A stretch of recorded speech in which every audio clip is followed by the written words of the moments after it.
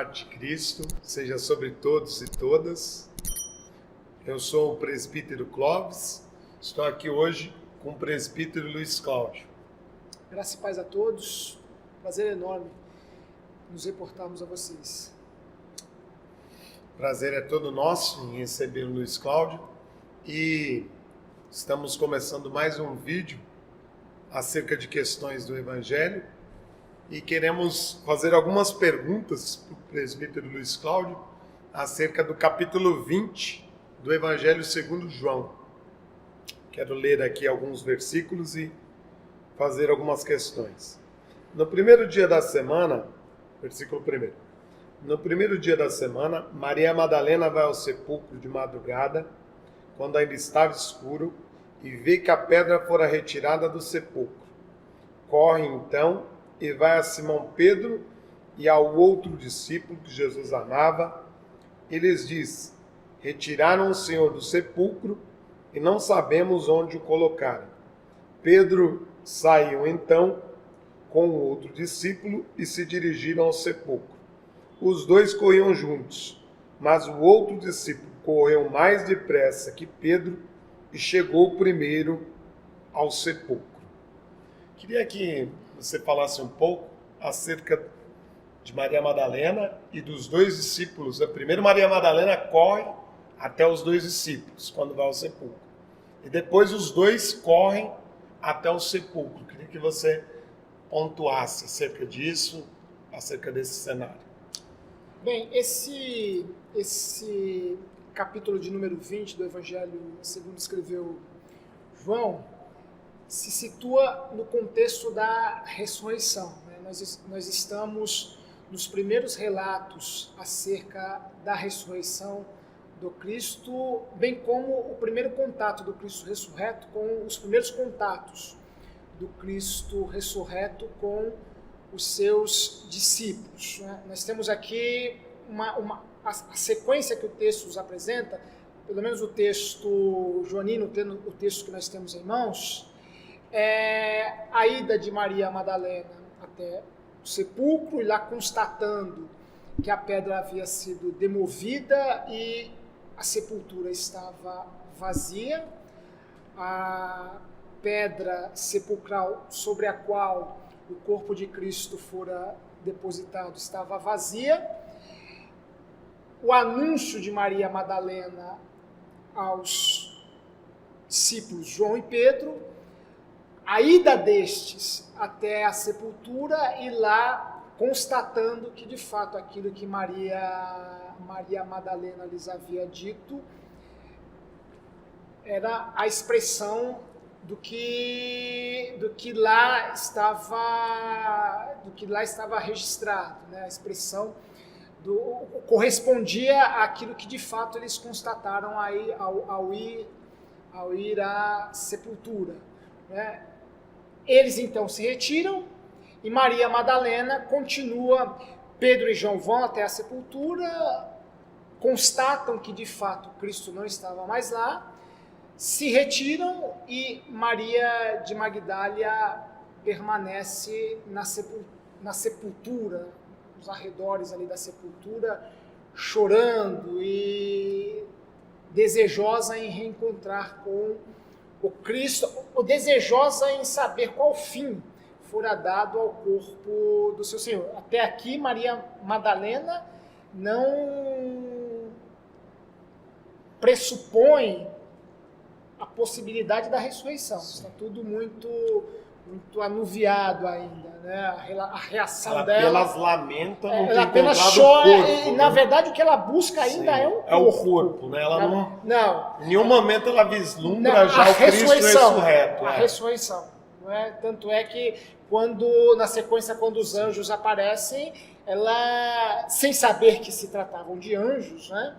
Ela lhes questiona se eles haviam levado para um outro lugar o corpo de seu Senhor. Então, em nenhum momento, até aqui, em nenhum momento, Maria Madalena deixa sugerida a possibilidade da ressurreição do Cristo.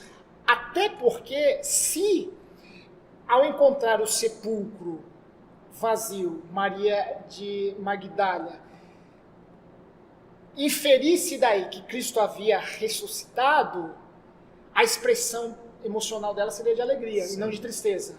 Né? Então, a celebração. Exatamente, sim, a expressão e não dela. De dor e de luto. A expressão dela é uma expressão de tristeza. Né? Ela chora, né? E permanece lá. Essa seria a primeira ela cena. Ela está mais tomada pelo luto da morte do Cristo do que da celebração da ressurreição. Da ressurreição. Da ressurreição. Isso ficará num segundo momento. Mas nós notamos então que mesmo Cristo tendo dito que ressuscitaria, no entanto, eles ainda não haviam crido de fato. Não. O que você acha sobre isso? A própria ida de Pedro e João até a sepultura permite-nos afirmar que eles não tinham a convicção da ressurreição ainda.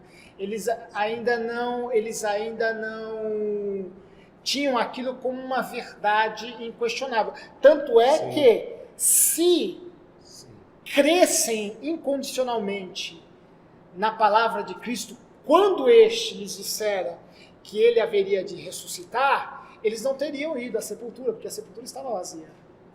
Mas eles correm até a sepultura justamente porque ainda a questão a possibilidade da ressurreição, o evento da ressurreição ainda era um evento tido por eles com alguma incerteza. Um evento não tão esperado ou esperado incondicionalmente como Cristo o desejava. Então, você acha que pela nossa questão da dificuldade que temos de crer nas Escrituras ou pelo fato da ressurreição ser algo extremamente maravilhoso? Que você... Aqui você atribui isso? Essa é uma problemática bastante curiosa, né? Bastante complexa. Penso eu que nesse contexto, tanto a palavra quanto o maravilhoso estão extremamente associadas. Então, não seria possível dissociar a palavra da ressurreição, a promessa da ressurreição, com o fenômeno em si, né? Com o fato ressurreição em si. Né? Então, é uma palavra prem do maravilhoso. E ela pode gerar insegurança e dúvida em todos os aspectos. Então, nesse sentido, a palavra, a promessa de Cristo, a promessa da ressurreição, feita por Cristo, por meio de sua palavra, está muito imbricada com a questão do maravilhoso. Então, não daria nesse contexto para nós dissociarmos uma coisa de outra. Né? Então, tanto a palavra quanto o que ela apresentava em termos de fenômeno, de acontecimento vindouro, estão aqui muito intrincadas. Né? Não seria possível dissociar. Agora, o curioso, o interessante, é que a própria questão da fé aqui se coloca num limite, ela se estende até um limite muito delicado, porque, na verdade, quando os discípulos correm até a sepultura, o que eles buscam ainda é a evidência de que o corpo de Cristo não estava lá. Nós não podemos afirmar que esse movimento tenha sido gerado por fé, porque a fé não pressupõe necessariamente a evidência. Né? Pelo contrário, a fé prende em evidências. Né? Ora, a própria crucificação de Cristo já nos coloca diante de uma fé que é desprovida de qualquer evidência. É uma fé. crer no Cristo da cruz é crer justamente a partir da inevidência. Porque como afirmar que Cristo é Deus se ele morre pendurado numa cruz?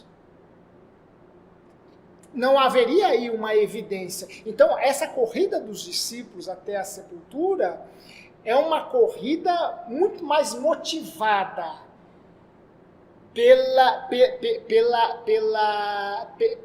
testemunho, pela testificação da evidência do que da ressurreição propriamente dita.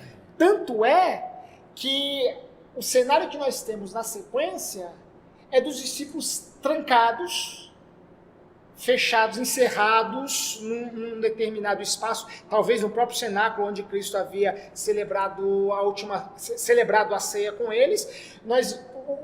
O cenário que nós vemos na sequência é o dos 10 discípulos, trancados, isolados, temendo a perseguição dos membros do Sinédrio, do clero judaico. Estavam clausurados com medo. Na verdade, medo eles temiam, e esse ponto é um ponto bastante sugestivo para a nossa fé. O que eles temiam era que lhe sucedesse o mesmo destino que sobreveio ao seu mestre. Porque ao se trancarem, ao se isolarem no cenáculo, eles temiam terminar também pendurados numa cruz. Ou seja, o destino, na verdade, a postura deles era uma postura